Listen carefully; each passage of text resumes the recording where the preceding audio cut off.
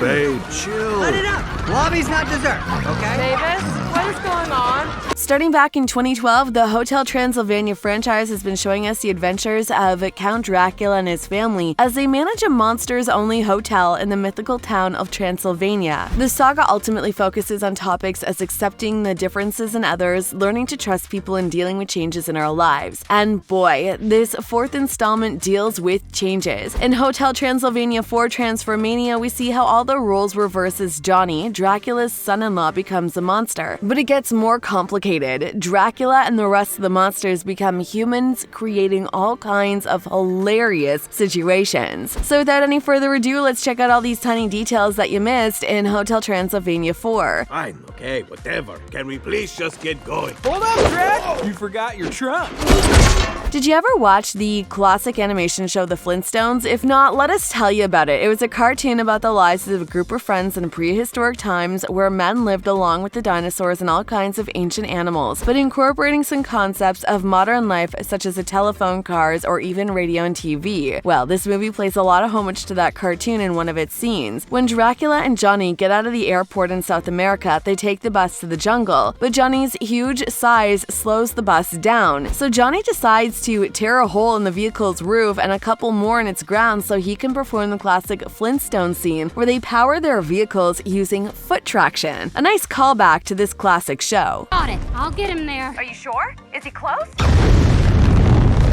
This movie is full of parallels with its first installment of the same saga, and even though it has received a lot of criticism for it, it works really well with its own conventions. One example of this is the scene where the whole team combines efforts to provide Mavis with the shade as she runs to reach Johnny and turn him back into a human by the end of the movie. If you remember the first movie, there's a similar scene where all of the people help shield Dracula from the sun as he runs to reach Johnny. In that occasion, the townspeople use capes to create a shaded corridor for Drac, and in Hotel Transylvania 4, the wolf pack quickly positions into a long line that provides Mavis with shade. That was only the beginning, Drac! Huh? You just sit back and enjoy your anniversary party.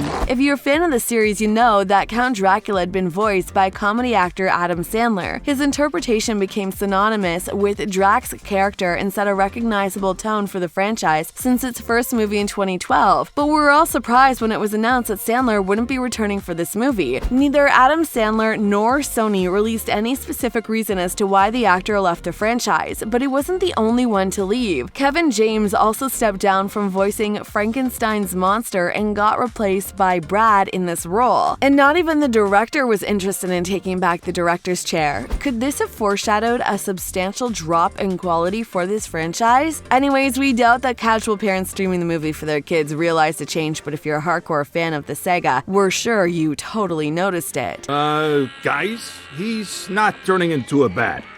Don't worry, I got him.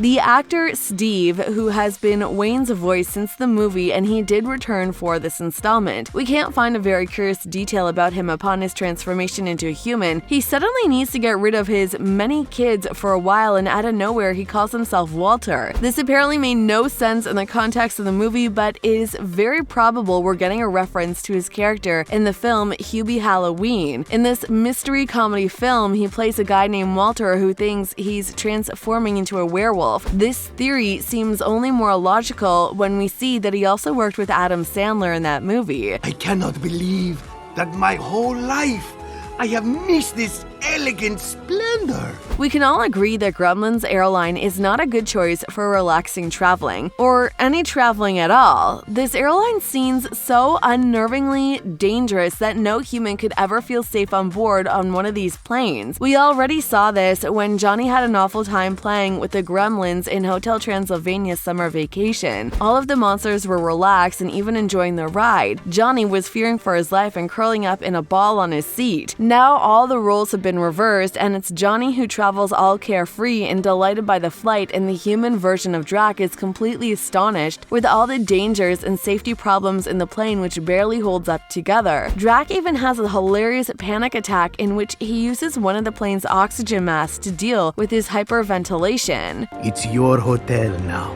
Dad, are you sure? It's time to begin a new chapter.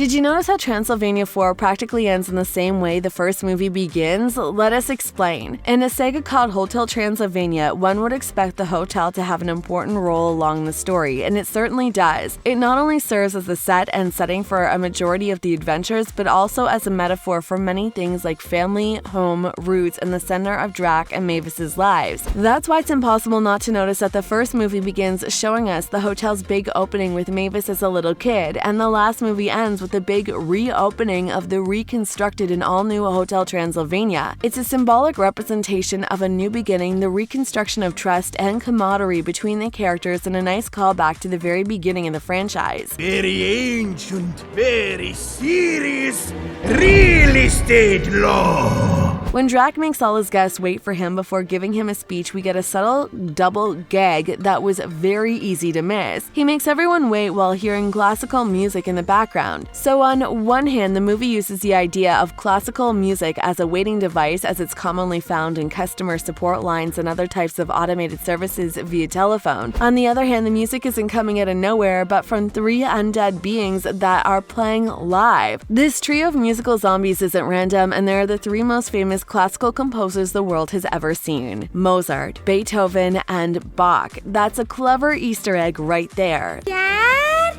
Is that you? Yeah, isn't it great? I gotta go show your mom.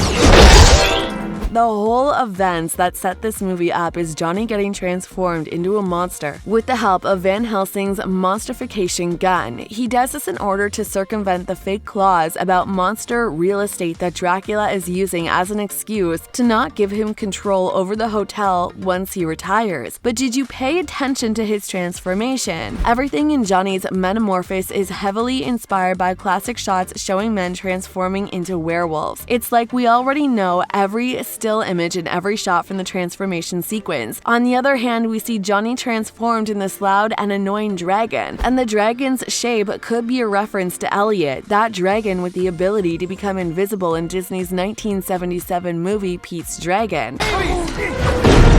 You okay, Maeve? Yeah, I'm fine.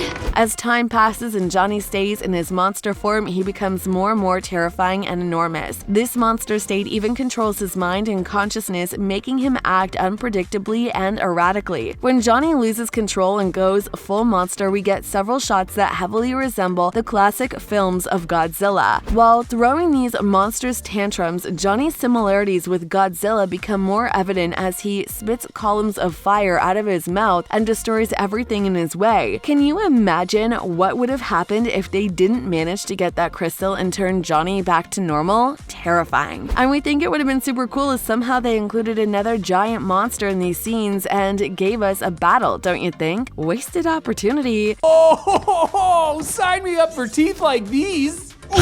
Did you catch all of these tiny details in Hotel Transylvania 4? Did you like this movie, or the franchise is dead and buried as the majority of critics suggested after this release? We all know the drill. As long as these movies keep generating good revenue, they're gonna make more of them. But recent changes in the world of movie productions versus streaming could change all of that. Anyways, that's all for today's video. Check the rest of our videos for more CB's content. And of course, don't forget to like this video, subscribe to our channel, and turn your notifications on by hitting that little bell if you want to keep receiving awesome content like this. Aren't the sounds of nature soothing?